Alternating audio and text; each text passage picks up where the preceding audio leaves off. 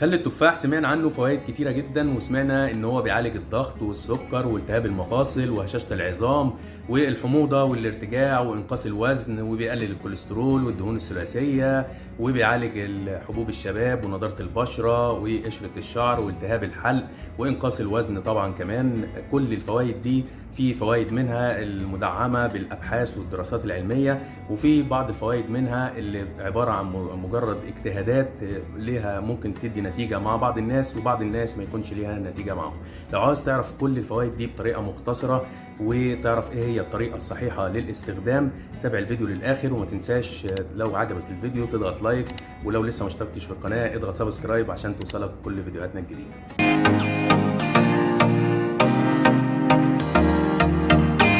بسم الله الرحمن الرحيم، والصلاة والسلام على أشرف المرسلين سيدنا محمد. خل التفاح يا جماعة أهم حاجة لما نشتريه نجيب خل التفاح العضوي. خل التفاح العضوي ده يا جماعة بيكون فيه رواسب من جوه أو فيه حاجة زي الخيوط من جوه، ده أفضل من الخل التفاح المخفف التاني الشفاف ده بيكون عليه مواد صناعية ومواد حافظة ملوش لازمة خالص. من اهم فوائد خل التفاح اللي اثبتتها الدراسات كان ان هو بيقلل نسبه السكر في الدم وبيقلل مقاومه الانسولين. ابحاث كتير اثبتت كده، ومن اهمها دراسه اثبتت ان هو بيحسن حساسيه الانسولين بنسبه 19 ل 34% بعد تناول وجبه غنيه بالكربوهيدرات، وكمان بيقلل نسبه السكر في الدم.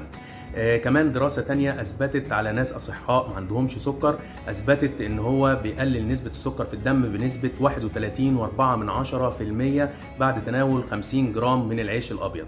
كمان دراسة أثبتت إن تناول معلقتين كبار من خل التفاح قبل النوم بيقلل نسبة سكر دم الصايم في صباح اليوم التالي بنسبة 4%. وبكده يا جماعة أبحاث كتير جدا أثبتت إن تناول خل التفاح مفيد لمرضى السكر. فلما نستخدم لو لسه هنستخدمه في الأول ممكن نبدأ بمعلقتين صغيرين على كوباية مية كبيرة، 240 مللي مية، هيكون مهم جدا ومفيد جدا لينا. اهم حاجه يا جماعه بالنسبه لمرضى السكر لازم تتابع السكر بتاعك. لو بدات تستخدم خل التفاح لازم تتابع السكر بتاعك يوميا عشان لا قدر الله ما يحصلش هبوط جامد في السكر او كده. وما ينفعش تمنع ادويه السكر بتاعتك مره واحده، لازم تبدا تقلل. لو لاحظت ان السكر بتاعك بدا ينزل ممكن تبدا تقلل في الجرعه بتاعه الادويه اللي انت بتاخدها. كمان لازم زي ما قلنا قبل كده نمنع الكربوهيدرات المكرره كلها ونمنع السكر.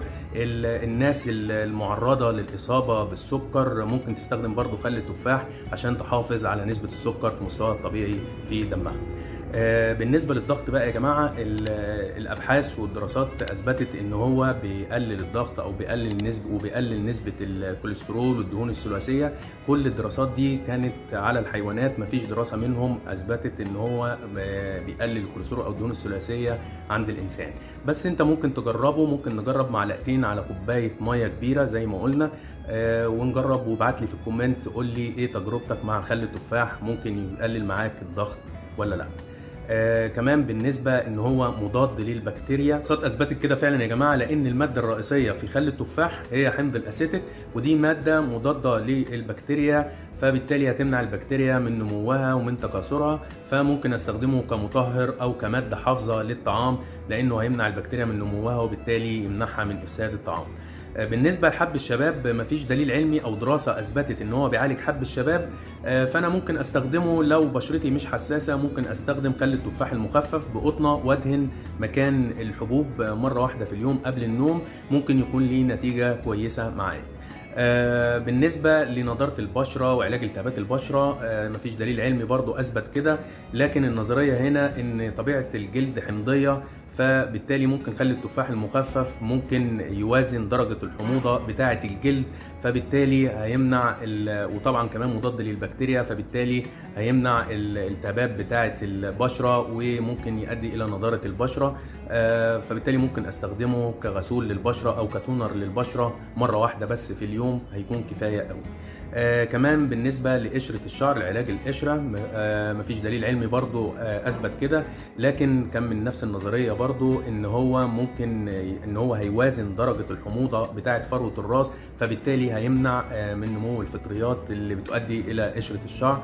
وده كمان يا جماعة كان ليه نتيجة فعلا مع ناس اتخلصت من القشرة نهائيا في شهر واحد. كان بيستخدموه مرتين في الأسبوع بعد غسل شعر بالشامبو. هنجيب خل التفاح والمخفف ونحطه في بخاخة ونرش بيه على فروة الراس مرتين في الأسبوع بعد غسل الشعر بالشامبو، وهنسيبه على فروة الراس لمدة ربع ساعة، وبعد كده نغسله مرتين في الأسبوع لمدة شهر إن شاء الله نتخلص من القشرة نهائيا.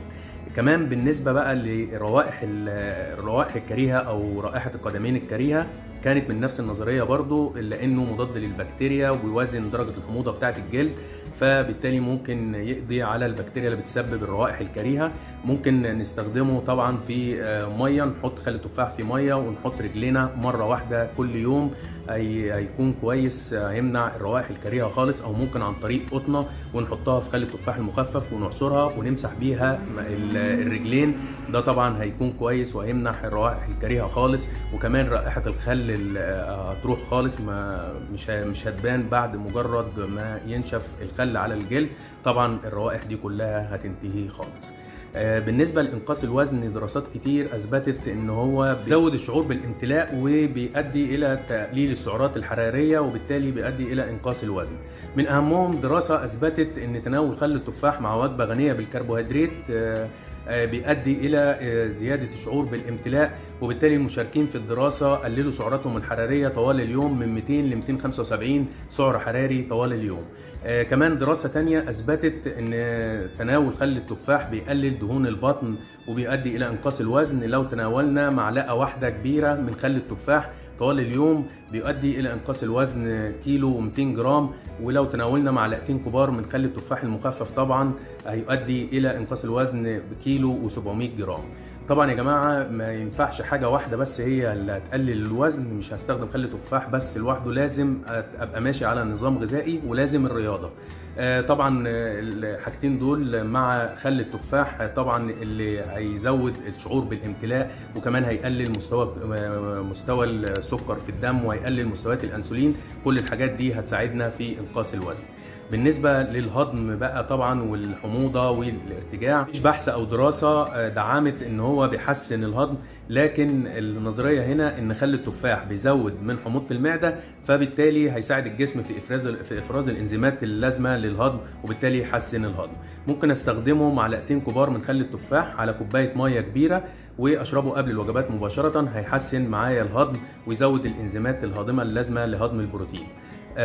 كمان بالنسبة بقى للحموضة والارتجاع، مفيش برضو بحث أو دراسة دعمت الكلام ده، لكن النظرية هنا إن خل التفاح بيزود حموضة المعدة، فبالتالي هيخلي الصمام اللي في أعلى المعدة يقفل، وبالتالي ما يسمحش للحمض إن هو يرجع أو يحسسني بالحرقان بتاع المعدة. طبعا انا بايد النظريه دي على المستوى الشخصي، بايد النظريه دي لان كمان انا كل ما بتقدم في السن الحمض بتاع المعده بيصبح قلوي شويه، فبالتالي وخاصة بعد سن ال50 فأنا لازم أزود حمض المعدة وأقويه، وكمان عشان يمتص الفيتامينات ويمتص الكالسيوم ويمتص فيتامين B12، فبالتالي يحميني من الأنيميا ويحميني من التهاب الأعصاب. وكمان لو ما امتصش الكالسيوم هتلاقي الكالسيوم بقى يتراكم في الأنسجة ويتراكم على الأعصاب ويؤدي إلى التهاب الأعصاب أو التهاب المفاصل، يتراكم على المفاصل أو على الكلى والمرارة ويعمل حصوات. وممكن انا كمان طبعا اكون بستخدم كالسيوم او باخد مكملات كالسيوم عشان العظام وما بتمتصش في جسمي. انا برضو في الوقت ده لازم اكون بستخدم فيتامين دي وفيتامين كي 2، اتكلمنا عليهم قبل كده، هيكون كويسين جدا عشان يخلصوني من الكالسيوم اللي زايد ده. طبعا كل المشكله دي هتكون مشكله في حمض المعده، فانا لازم اقوي حمض المعده، وناس كتير جربت خل التفاح في تقويه حمض المعده ده يا جماعه، وكان كويس جدا معاهم وادى الى نتائج كويسه، وناس اتخلصت من الاقراص بتاعه الارتجاع والحمد لله ربنا شفاهم. اهم حاجه يا جماعه الناس الممنوعه من استخدام خل التفاح، الناس اللي عندها قرحه في المعده، الناس اللي عندها التهاب في المعده مش هيستخدموا خل التفاح. طب انت هتعرف ازاي ان انت عندك قرحه في المعده؟ هتجيب معلقتين صغيرين من خل التفاح وتحطهم على كوبايه ميه كبيره وتشربهم. لو حسيت بالم في المعده او حسيت بزياده في الاعراض بتاعت الم المعده هتوقف خل التفاح، وكده انت هتكون ممنوع من استخدام خل التفاح. كمان يا جماعه بالنسبه لعلاج التهاب الحلق هنستخدم معلقتين صغيرين من خل التفاح مع معلقه عسل. طبعا خل التفاح زي ما قلنا مضاد للبكتيريا، والعسل كمان مضاد للبكتيريا، فهيساعدنا في علاج التهاب الحلق.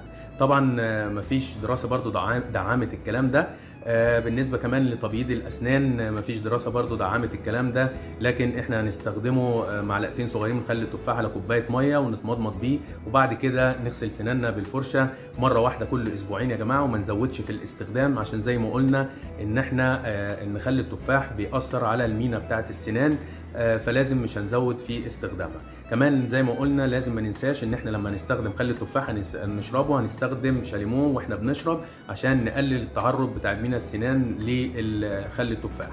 يا رب يكون الفيديو عجبكم، ما تنسوش تبعتوا لي تعليقاتكم في الكومنت تحت تقولوا لي ايه تجربتكم مع خل التفاح. لو كان عجبك الفيديو ما تنساش تضغط لايك. شفانا الله وعافانا من كل الامراض، والسلام عليكم ورحمة الله وبركاته.